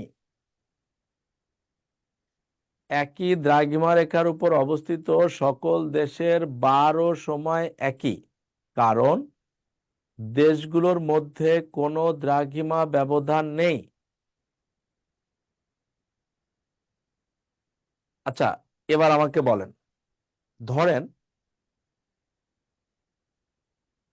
একটা পৃথিবী, এই যে হচ্ছে 0 ডিগ্রি দ্রাঘিমা রেখা, একটা দ্রাঘিমা রেখা, একটা দ্রাঘিমা রেখা। আচ্ছা, এখানে একটা দেশ, এটা কোন নর্থ পোলে, আর এখানে একটা দেশ, এটা সাউথ পোলে। আচ্ছা বলেন তো, এই নর্থ পোল আর সাউথ পোল এরা একই দ্রাঘিমা রেখার উপর অবস্থিত কিনা? জি স্যার। তবে স্যার। হ্যাঁ, একটা নর্থ পোলে একটা সাউথ পোলে, বাট দুইটা দেশ একই দ্রাঘিমা রেখার অবস্থিত। তারপরে এদের মধ্যে কোনো দ্রাঘিমা ব্যবধান নেই। আরেকটা দেশ ধরেন এখানে অবস্থিত। আচ্ছা, এই তিনটা দেশ বলেন তো একই দ্রাঘিমা রেখার উপরে কিনা? জি না স্যার। একই দ্রাঘিমা রেখার উপরে অবস্থিত না? জি স্যার। একই দ্রাঘিমার উপরে তো। একই দ্রাঘিমা রেখার উপরে। এবার আচ্ছা, এই একটা দেশ, এই একটা দেশ, এই একটা দেশ, এরা তিনজনও কি একই দ্রাঘিমা রেখার উপরে না? হ্যাঁ। তাহলে দেখেন, এই দেশ, এই দেশ আর এই দেশ, এদের মধ্যে সময়ের বা বারের কোনো পার্থক্য হবে না, কারণ এরা একই দ্রাঘিমা রেখার উপর অবস্থিত। এবার বলেন তো, এই দেশ আর এই দেশ, এ দেখেন, ভালো করে দেখেন, এই দেশ আর এই দেশ, এরা কি একই দ্রাঘিমা নাকি ভিন্ন দ্রাঘিমা? ভিন্ন। তাহলে ভিন্ন দ্রাঘিমা রেখার উপর হলে এদের ভিতরে দ্রাঘিমা ব্যবধান আছে কিনা দেখেন তো, এদের মধ্যে দ্রাঘিমা ব্যবধান আছে? আচ্ছা স্যার। আছে। ধরেন একটা দ্রাঘিমা রেখা, একটা দ্রাঘিমা রেখা, তাহলে একটা দেশ আর একটা দেশ, তাহলে এদের মধ্যে তো দ্রাঘিমা ব্যবধান থাকবেই। কিন্তু কাহিনী হচ্ছে, বলেন তো, এই পূর্ব থেকে পশ্চিমে যদি অর্ধবৃত্ত আকারে যায়, এই রেখাগুলোর নাম কি? পূর্ব থেকে পশ্চিমে অর্ধবৃত্ত আকারে গেলে সমক্ষ রেখা। তাহলে এই দুইটা দেশ, দেখেন এই দেশ আর এই দেশ ভিন্ন দ্রাঘিমা রেখার উপর হলেও একই সমাক্ষ রেখার উপর কিনা? জি স্যার। তাহলে একই সমাক্ষ রেখার উপর অবস্থিত হলে সকল দেশের 12 সময় ভিন্ন হবে, কারণ দেশগুলোর মধ্যে দ্রাঘিমা ব্যবধান থাকবে। তাহলে আরেকটা লাইন নিচে লেখেন, লেখেন একই সমক্ষ রেখার উপর অবস্থিত লেখেন একই সমাক্ষরেখার উপর অবস্থিত সকল দেশের একই সমাক্ষরেখার উপর অবস্থিত সকল দেশের একই সমাক্ষরেখার উপর অবস্থিত সকল দেশের বার ও সময় ভিন্ন। স্যার একই একই একই সমাক্ষরেখার উপরে অবস্থিত সকল দেশের বার ও সময় ভিন্ন, কারণ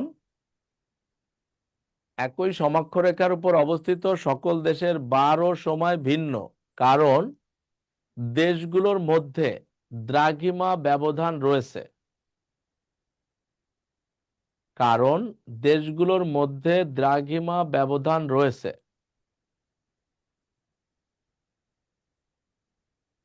কারণ দেশগুলোর মধ্যে দ্রাঘিমা ব্যবধান রয়েছে।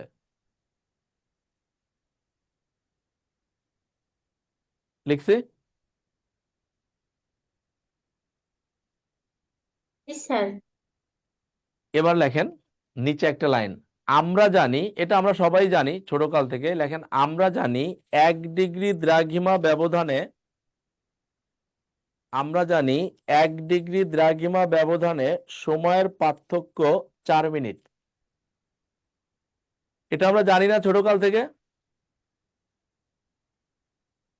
আমরা জানি 1 ডিগ্রি দ্রাঘিমা ব্যবধানে সময়ের পার্থক্য 4 মিনিট। আমরা জানি 1 ডিগ্রি দ্রাঘিমা ব্যবধানে সময়ের পার্থক্য 4 মিনিট। লিখছি? জি স্যার। এরপর লেখেন পূর্বে গেলে যোগ, পশ্চিমে গেলে বিয়োগ। আমি বুঝাই দিচ্ছি পরে। লেখেন পূর্বে গেলে যোগ, পশ্চিমে গেলে বিয়োগ। লেখেন পূর্বে গেলে যোগ, পশ্চিমে গেলে বিয়োগ।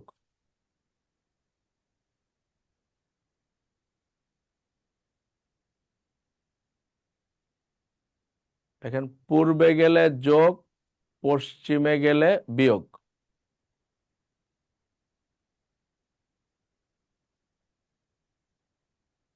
পূর্বে গেলে যোগ, পশ্চিমে গেলে বিয়োগ। হয়েছে? জি স্যার। এবার আপনাকে বিসিএস এ যে কোশ্চেন দিবে, আসেন একটু দেখে আসি। ধরেন আপনাকে বললো আপনি যেখানে আসেন, যে দেশে আছেন, সেখানে 10টা AM বাজে। আপনাকে বলা হলো এখান থেকে 15 ডিগ্রি পূর্বে, 15 ডিগ্রি পূর্বে আর 45 ডিগ্রি পশ্চিমে নেওয়া হলো। তাহলে বললো যে 15 ডিগ্রি পূর্বে গেলে কয়টা বাজে, 45 ডিগ্রি পশ্চিমে গেলে কয়টা বাজে? 15 ডিগ্রি পূর্বে গেলে 11টা, 45 ডিগ্রি Good. পূর্বে গেলে আচ্ছা, ধরেন বিষয়টা আমরা উত্তরটা জানি না, কিন্তু আমরা এতটুকু জানি যে 1 ডিগ্রি দ্রাঘিমা ব্যবধানে, আসেন তো আমরা অঙ্কটা করি, 1 ডিগ্রি দ্রাঘিমা ব্যবধানে সময়ের পার্থক্য 4 মিনিট। আর 15 ডিগ্রি, দেখেন তো 15 ডিগ্রি দ্রাঘিমা ব্যবধানে সময়ের পার্থক্য 4 × 15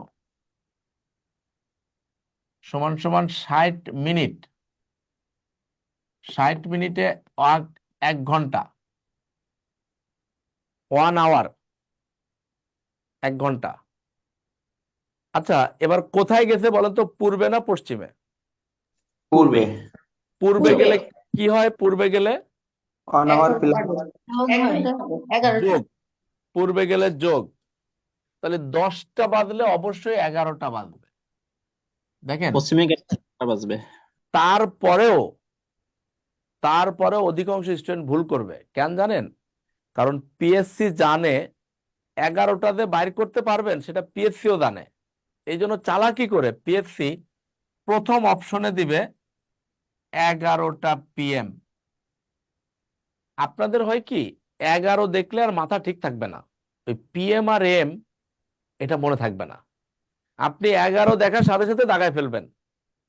আর বাসের মধ্যে এসে দেখবেন যে সর্বনাশ করছে।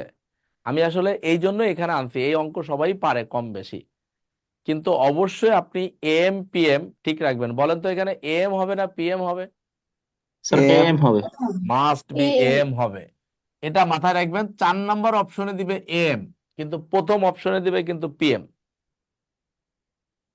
এবার 45 ডিগ্রি পশ্চিমে। আচ্ছা, 1 এটা ডিগ্রির জন্য, সাতটা হবে 45 ডিগ্রির জন্য 4 ইন্টু 45 সমান 180 মিনিট সমান 3 ঘন্টা 3 আওয়ার। তাহলে পশ্চিমে গেলে কি হয়? বিয়োগ। বিয়োগ বিয়োগ। তাহলে মাইনাস যদি বিয়োগ। বিয়োগ মানে হয় 7 তাহলে 7টা এম না AM PM? AM. AM AM. হ্যাঁ, আমরা কি এই ধরনের অঙ্ক আসলে আমরা কি এখন করতে পারবো? জি স্যার পারবো। ইনশাল্লাহ। ইনশাল্লাহ। জি স্যার। আচ্ছা, তাহলে আমরা কি সামনে আগাবো এটুকে, নাকি কেউ কিছু লিখতেছেন? আগান স্যার। আচ্ছা, এবার আমাকে বলেন, একটু ভালো করে বুঝেন, ম্যাথের ভাষায় আগে বলে নেই। আচ্ছা ধরেন জীবন স্যার যদি হতো, যদি জীবন স্যারের ভাষায় কথা বলি, আচ্ছা বলেন তো, তাহলে ভূমির সামান্তরালে গেলে আমরা 180 ডিগ্রি কোণ উৎপন্ন করে একটা সরল কোণ, এটা তো মানেন?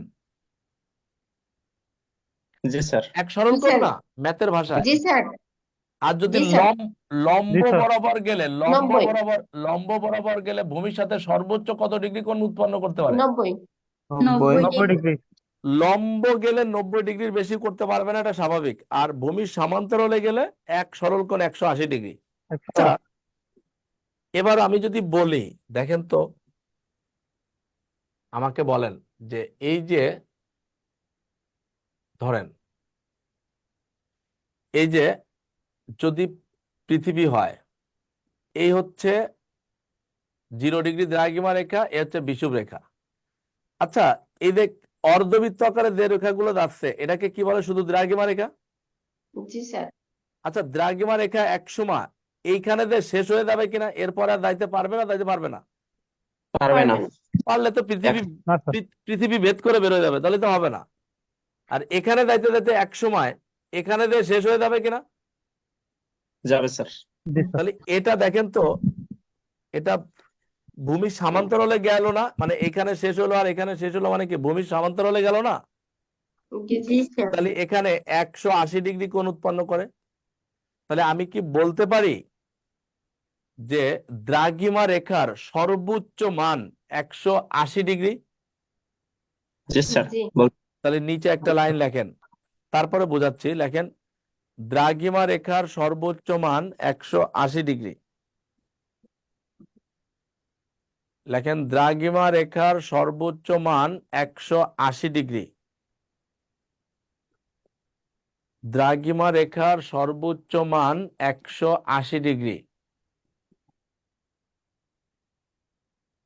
ওকে, দ্রাঘিমা রেখার সর্বোচ্চ মান 180 ডিগ্রি। লিখছি স্যার। আচ্ছা, এবার বলেন, দ্রাঘিমা রেখার সর্বোচ্চ মান যদি 180 ডিগ্রি হয়, এবার এই যদি পৃথিবী হয়, তাহলে অবশ্যই এটা এনপি আর এটা হচ্ছে এসপি। যাই হোক, এটা হচ্ছে বিষুব রেখা। এবার এই রেখাগুলো বলেন তো কি রেখা? সমাক্ষ রেখা না? জি স্যার। সমক্ষ রেখা। তাহলে এই সমাক্ষ রেখা একসময় এখানে দিয়ে শেষ হবে না, নর্থ পোলে? জি স্যার। আর এখানে যাইতে যাইতে একসময় এখানে দিয়ে শেষ হবে না? জি তাহলে স্যার। 90 যদি ডিগ্রি। শেষ হয়, তাহলে এরা ভূমির সাপেক্ষে কত ডিগ্রি কোণ উৎপন্ন করতে পারে সর্বোচ্চ? 90 কারণ এটা তো 90। লম্ব বরাবর যাচ্ছে। তাহলে সর্বোচ্চ সমাক্ষ রেখার সর্বোচ্চ মান হবে কত ডিগ্রি? 90 ডিগ্রি। এর বেশি তো করার সুযোগ নেই, আছে নাকি? না কেউ স্যার। লম্ব বরাবর গেলে 90 ডিগ্রি বেশি কোণ উৎপন্ন করতে পারবে না, এটা ম্যাথের ভাষা। তাহলে আরেকটা লেখেন, লাইন লেখেন, সমাক্ষ রেখার সর্বোচ্চ মান, সমাক্ষ রেখার সর্বোচ্চ মান 90 ডিগ্রি। সমাক্ষ রেখার সর্বোচ্চ মান 90 ডিগ্রি। স্যার এটা একটু আরেকবার বোঝাই দেন স্যার। এ দেখেন, এটা বিষুব রেখা, এটা কি সমাক্ষ রেখা, এটা যাইতে যাইতে যাইতে যাইতে এখানে এখানে দিয়ে শেষ হয়ে যাবে কিনা লম্ব, হ্যাঁ স্যার। আর এখানে যাইতে যাইতে যাইতে যাইতে যাইতে যাইতে এখানে দিয়ে শেষ হয়ে যাবে কিনা। তাহলে হ্যাঁ স্যার। এটা ভূমি, এটা যদি লম্ব বরাবর শেষ হয়, এখানে শেষ হয়, তাহলে এটা লম্ব বরাবর যাচ্ছে। তাহলে লম্ব গেলে অবশ্যই ভূমির সাথে 90 ডিগ্রির বেশি কোণ উৎপন্ন করতে পারবে না।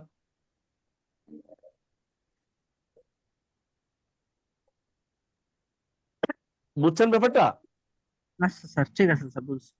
মানে লম্ব গেলে দেখেন, লম্ব গেলে 90 ডিগ্রি আর ভূমির প্যারালালে গেলে 180 ডিগ্রি। এটা ম্যাথের ভাষা। এটা এখানে যদি চিন্তা করেন তাহলে একটু ঝামেলা। আপনি ম্যাথের ভাষায় চিন্তা করেন, লম্ব বরাবর গেলে 90 ডিগ্রি। আচ্ছা, এবার আমাকে বলেন তো, এই কেন্দ্র থেকে 180 ডিগ্রি পূর্বে গেলে কোথায় যাবেন? এখানে। জি স্যার, বিষুব রেখা। কেন্দ্র থেকে 180 ডিগ্রি পশ্চিমে গেলে কোথায় যাবেন? এখানে। ঠিক তো জি নাকি? স্যার আচ্ছা, এই দুই জায়গা একই জায়গা কিনা বলেন তো? একই স্যার। জায়গা। যেহেতু গোল তাহলে একই জায়গা। হ্যাঁ, বিশ্বাস করেন যে একই জায়গায়। কে কে বিশ্বাস করেন না যে একই জায়গায় নাই? এ দেখেন, এই কেন্দ্র থেকে 180 ডিগ্রি গেলে যাবেন এখানে, কেন্দ্র থেকে 180 ডিগ্রি গেলে যাবেন এখানে। দুই জায়গা একই জায়গা। কারণ এই দেখেন, আমি দেখাই। আসলে এই যে আমি চিত্রটা আঁকছি এভাবে, চিত্রটা তো এভাবে না। কারণ পৃথিবী তো গোল। আমার বুকের মাঝখান থেকে কেউ যদি 180 ডিগ্রি ডান দিকে যান, তাহলে সে ডান হাতের মাথায় যাবেন। যদি কেউ বাম দিকে যান, তাহলে বাম হাতের মাথায় যাবেন। তাহলে বলেন তো, দুইজন একই জায়গা। এ দেখেন, আমি যদি দুইটা জায়গা একই করে দেয়, এ দেখেন গোল করে, দেখেন ডান হাত বাম হাতের মাথায় এক জায়গা লেগে গেছে। তার মানে কি, আপনি এই পাশ দিয়ে 180 ডিগ্রি এখানে গেলে এখানে যাবেন, 180 ডিগ্রি এখানে গেলেও সেখানে যাবেন। কারণ পৃথিবী গোল 360 ডিগ্রি। এই জন্য আমরা কারোর সাথে বিদায় দিতে গেলে বলে আবার দেখা হবে। কারণ আপনি যেদিকেই যান না কেন দেখা হবে। তাহলে এটা বিশ্বাস করছেন যে কেন্দ্র থেকে 180 ডিগ্রি পূর্বে গেলে যেখানে যাবেন, পশ্চিমে গেলে ঠিক একই জায়গা যাবেন। জি স্যার। আচ্ছা, এবার বলেন, ধরেন আপনি বললেন আজকে রবিবার। ভালো করে খেয়াল করেন, রবিবার 10টা AM। আপনি এখান থেকে 180 ডিগ্রি পূর্বে আর 180 ডিগ্রি পশ্চিমে, তাহলে একই জায়গায় গেলেন কিনা? 180 ডিগ্রি আর পূর্বে যান আর পশ্চিমে যান, একই জায়গায় গেছেন কিনা? জি স্যার, একই জায়গায়। আচ্ছা, এবার আমাকে বলেন, 1 ডিগ্রি দ্রাঘিমা ব্যবধানে সময়ের পার্থক্য 4 মিনিট। 180 ডিগ্রি দ্রাঘিমা ব্যবধানে 4 × 180 মিনিট সমান 720 মিনিট 12 ঘন্টা। সমান 12 ঘন্টা। আচ্ছা, তাহলে বলেন তো, রবিবার 10টা, ধরেন আজকে রবিবার সকাল 10টা থেকে আপনি 12 ঘন্টা সামনে আগান, মানে 12 ঘন্টা যোগ করেন। বলেন তো কয়টা বাজে? ধরেন আজকে সকালবেলা, আজকে রবিবার সকাল 10টা বাজে, আপনি 12 ঘন্টা পরে কয়টা বাজে? স্যার রাত 10টা। রাত 10টা। বার কি থাকবে? রবিবার। রবিবারই থাকবে। গুড। তাহলে আমি বলতে পারি এখানে রবিবার 10টা, শুধু PM হবে, রাত 10টা। ক্লিয়ার নাকি? জি স্যার। আচ্ছা, আজকে সকাল 10টা থেকে 12 ঘন্টা পিছনে যান তো আপনি, মানে সকাল 10টা থেকে 12 ঘন্টা আগে কয়টা বাজছিল? স্যার রাত 10টা। শনিবার রাত 10টা। শনিবার। এই যে আসেন এবার, শনিবার 10টা PM।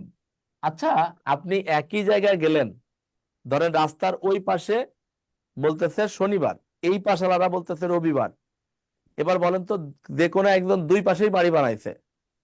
এবার সে যে এই পাশে রবিবার আসতেছে, লাভ দিয়ে ওই পাশে যায় বলতেছে আজকে শনিবার অফিসে যাব না।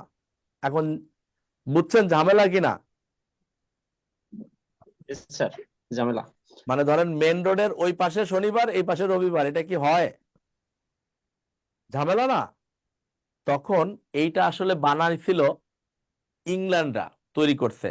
তখন আসলে মূলত ব্যাপার হয়েছে কি, এই যে দুই রেখা যেখানে মিলছে, দুই রেখা যেখানে মিলছে, ওই রেখাগুলোতে সমস্যা হয়ে গেছে। একই দেশের ভিতরে এক জায়গা শনিবার, এক জায়গা রবিবার, ঝামেলা। তখন ইংল্যান্ডকে বলা হইলো যে এরকম ঝামেলা হচ্ছে, আমরা এইসব রেখা ফেখা মানি না, 4 ডিগ্রি ফিগ্রি এগুলো জানি না। তো তখন ইংল্যান্ড বলল, সবকিছু শুনে বলল আচ্ছা ঠিক আছে, আজকে থেকে মূল মধ্যরেখা নামে কোনো রেখা টেখা থাকবে না। তা বলল কি হবে? তারা তাদের প্রশান্ত মহাসাগরের উপর দিয়ে, এই যে একটা দ্রাঘিমা রেখা, ধরেন এটা প্রশান্ত মহাসাগরের উপর দিয়ে গেছে, এটা তারা বলল এটা আজকে থেকে আন্তর্জাতিক তারিখ রেখা নামে ঘোষিত হবে। সবাই বলল ওকে, কারণ তখন ইংল্যান্ডকে সবাই ভয় করতো। তো বললো ওকে ঠিক আছে, আমরা কি করব? সব জাহাজ আর বিমানকে নির্দেশ দিয়ে দিল, আজকে থেকে এই রেখা পাস করে কেউ যদি পূর্বে যায় তাহলে একদিন যোগ করে নিবে, আর যদি পশ্চিমে যায় তাহলে একদিন বিয়োগ করে নিবে। কারণ সব জাহাজ আর বিমানকে নির্দেশ দিল এই জন্য, কারণ প্রশান্ত মহাসাগর তো বিমান আর জাহাজ ছাড়া হাইটে পাড়ি দেওয়া সম্ভব না। এই জন্য জাহাজ আর আগে নির্দেশ দিয়ে দিল, আজকে থেকে তোমরা 1 সেকেন্ড আগে যদি শুক্রবার থাকে, পূর্বে গেলে বলবা শনিবার, আর পশ্চিমে গেলে বলবা বৃহস্পতিবার। ঠিক এরকমের, মানে এই রেখা পাস করলে যদি কেউ পূর্বে যায় একদিন যোগ, পশ্চিমে গেলে একদিন বিয়োগ। আচ্ছা এবার বলেন, এখানে যে দেশ আছে তার কোনো সমস্যা নাই, কারণ এই দেশটা পুরাই এই রেখার এই পাশে। যদি শনিবার থাকে শনিবার, রবিবার থাকে রবিবার। এইখানে যে দেশ আছে তারও কোনো সমস্যা নাই। কিন্তু বড় বড় যে দেশ, উনার দেশের উপরে প্রশান্ত মহাসাগরের উপর দিয়ে গেছে, কিন্তু বড় বড় যে দেশগুলো ধরেন ভারত, আমেরিকা, কানাডা, রাশিয়া, এদের করছে কি এই রেখা এরকম ভাঁজ করে চলে গেছে এরকম। আচ্ছা এবার বলেন তো, রাশিয়ার একটা প্রদেশে শুক্রবার, একটা প্রদেশে শনিবার, মানে আমাদের ঢাকায় শুক্রবার, চিটাগং এ শনিবার, এটা কি সম্ভব? তখন সম্ভব না। তখন ইংল্যান্ডকে আবার বলল, এই দেশগুলো বলল, এই দেশগুলো কিন্তু এখন আর কোনো সমস্যা নাই, এটা কোনো সমস্যা নাই। এই দেশগুলো জানাইলো ভাই আমরা এসব মানি না। আপনারা দেখেন প্রত্যেকটা দেশ একটা সাগর দ্বারা বিভক্ত হয়েছে, একটা সাগর, মানে প্রত্যেক দেশের লাস্টে একটা সাগর আছে। তো এবার আমেরিকাকে বলল বস আপনার সাগর কোন পাশ দিয়ে বলেন তো? আমেরিকা বললো আমার সাগর এই পাশ দিয়ে। তা বললো কি, আপনার এই আন্তর্জাতিক তারিখ রেখা সোজাসুজি নেওয়া লাগবে না, আপনি এই সাগরের ভিতর দিয়ে নামাই দেন। আচ্ছা বলেন তো, সাগরের ভিতর দিয়ে নামাই দিলে এবার কি আর এই দেশ টোটালি এই রেখার এই পাশে পড়ছে নাকি মাঝখানে ভাগ করছে? বাম বাম পাশে পড়ছে। হ্যাঁ, এই জন্য এবার দেখেন এই দেশে শনিবার থাকলে শনিবার, রবিবার থাকলে রবিবার। আবার একে বললো তোমার সাগর কোন পাশ দিয়ে, বললো আমার সাগর এই পাশ দিয়ে। বললো তুমিও রেখাটাকে সোজাসুজি নেওয়ার দরকার নাই, তুমি রেখাটাকে সাগরের মধ্যে নামাই দাও। এই জন্য আমরা একটা কোশ্চেন আসে, প্রায় আসে, যে আন্তর্জাতিক তারিখ রেখা সাগর পথে মানে পানি পথে এঁকে বেঁকে দেয়। কেন এঁকে বেঁকে দেয়? না হলে এই বারের সমস্যা, সোজাসুজি গেলে জীবনে কোনোদিন বারের সমস্যার সমাধান হইতো না। তাহলে আরেকটা লাইন লিখে ফেলেন, আন্তর্জাতিক তারিখ রেখা সাগর পথে এঁকে বেঁকে যায়। লেখেন, আন্তর্জাতিক তারিখ রেখা সাগর পথে এঁকে বেঁকে যায়। আন্তর্জাতিক তারিখ রেখা সাগর পথে এঁকে বেঁকে যায়। এটা কি বুঝছি? জি স্যার। আচ্ছা এবার যখন তার বার আর ইসের সময় হইলো, তখন ইংল্যান্ড আবার করলো কি, এই রেখার উপরে একটা ঘর বানাইলো, কল্পনা করলো, বললো যে আজকে থেকে এখানে একটা ঘর বানানো হইলো আর এখানে একটা ঘড়ি টানানো হইলো। বললো যার নাম দিল গ্রিনিচ মানমন্দির। বললো আজকে থেকে সারা বিশ্ব এই জায়গা থেকে সময় গণনা করতে হবে। সবাই বললো ওকে ঠিক আছে। তখন তারা আগে প্রথম একটা স্থানীয় সময় ঘোষণা করলো। স্থানীয় সময়টা কি, যে যেখানে অবস্থান করতেছে সেখানে যদি সূর্য মাথার উপর থাকে তাহলে বেলা 12টা বাজে। এখন কাহিনী হচ্ছে, একটা দেশের ভিতরে ধরেন আমি টেকনাফে আছি, আমার সূর্য এখানে, আমি বলতেছি 11টা। কেউ ঢাকায় আছে, তার সূর্য মাথার উপরে, সে বলতেছে 12টা। কেউ তেতুলিয়া আছে, সে বলতেছে সূর্য এখানে, বলতেছে 1টা। আসলে একই দেশের ভিতরে তো এরকম হলে ঝামেলা, এক জায়গায় 1টা, এক জায়গায় 12টা, এক জায়গায় 11টা। তখন ইংল্যান্ড বলল আজকে থেকে স্থানীয় সময় না, প্রমাণ সময় কাউন্ট করা হবে। কিভাবে? বলল বাংলাদেশের একটা মধ্যবিন্দু নির্ণয় করবা, এই মধ্যবিন্দুর মাথার উপর যখন সূর্য থাকবে তখন সারা বাংলাদেশে বেলা 12টা বাজে। আমাদের মধ্যবিন্দু গুলিস্তান 0 পয়েন্ট, আপনারা জানেন কিনা? জিপিও বক্সের সামনে দেখবেন একটা রেখা এরকম আছে, ওইখান থেকে একটা প্লার আছে, ওইখান থেকে সব জায়গার দূরত্ব লেখা আছে, ওইটাকে বলে 0 পয়েন্ট। আমাদের দেশের নির্ণয় করা হয়েছে যখন গুলিস্তানের মাথার উপর, অর্থাৎ ওই রেখা, ওই প্লারের উপর যখন সূর্য থাকে তখন সারা বাংলাদেশে বেলা 12টা বাজে। আর ওই গ্রিনিচ মানমন্দির থেকে আমাদের এই গুলিস্তান 0 পয়েন্ট 90 ডিগ্রি পূর্ব দ্রাঘিমায়, 90 ডিগ্রি পূর্ব দ্রাঘিমায় অবস্থিত। এই জন্য সময়ের পার্থক্য দেখেন, 180 ডিগ্রি হলে 12 ঘন্টা, আর 90 ডিগ্রি হলে 6 ঘন্টা। যেহেতু আমরা পূর্বে, এজন্য আমরা প্লাস। এই জন্য ইংল্যান্ডের সাথে আমাদের সময়ের পার্থক্য 6 ঘন্টা। প্লাস প্লাস 6 ঘন্টা মানে ইংল্যান্ড থেকে আমরা 6 ঘন্টার বড়। ইংল্যান্ড দেশ থেকে আমরা 6 ঘন্টা আগে, মানে আমরা ওদের থেকে 6 ঘন্টা সিনিয়র, মানে আমরা আগের। তো এই হচ্ছে, তাহলে একটা লাইন লিখে রাখেন যে গ্রিনিচ মানমন্দির থেকে আমাদের দেশ 90 ডিগ্রি পূর্ব দ্রাঘিমায় অবস্থিত, তাই সময়ের পার্থক্য 6 ঘন্টা। লেখেন গ্রিনিচ মানমন্দির থেকে আমাদের দেশ 90 ডিগ্রি পূর্ব দ্রাঘিমায় অবস্থিত, তাই সময়ের পার্থক্য 6 ঘন্টা। গ্রিনিচ মানমন্দির থেকে আমাদের দেশ 90 ডিগ্রি পূর্ব দ্রাঘিমায় অবস্থিত, তাই সময়ের পার্থক্য 6 ঘন্টা। এবার আমাকে বলেন ভূগোল সম্পর্কে কিছু বোঝা গেছে না তাই নাই? Sir clear. Clear? Guess. Okay, thank you. ভালো থাকবেন, আমার জন্য দোয়া করেন। স্যার, সমাক্ষরেখার আরেক নাম কি অক্ষরেখা? বলতে পারেন, হ্যাঁ বলতে পারেন, অক্ষরেখা। তাহলে স্যার সমাক্ষরেখার উপর দেশগুলো থাকলেও যেহেতু দ্রাঘিমা রেখায় পার্থক্য, তাই তাদের তারিখার বার সমান না। সমান না। আচ্ছা স্যার, কিন্তু থ্যাংক একই ইউ। দ্রাঘিমায় অবস্থিত দেশগুলোর সময় ও তারিখ একই। একই। আল্লাহ হাফেজ, ভালো থাকবেন, আমার জন্য দোয়া করবেন।